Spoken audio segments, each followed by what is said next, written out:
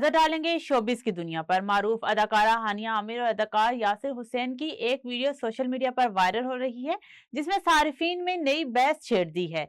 ये वीडियो पाकिस्तानी मारूफ अदाकार उमर आलिम की शादी की तकरीब के दौरान बनाई गई, जहां दोनों फनकार खुशगवार मूड में एक दूसरे से बातचीत करते हुए और मुस्कुराते हुए दिखाई दिए। पाकिस्तानी फिल्म इंडस्ट्री के मारूफ अदाकार शान शाहिद ने भारत में काम न करने से मुतालिक अपने मौकफ की वजाहत दे दी।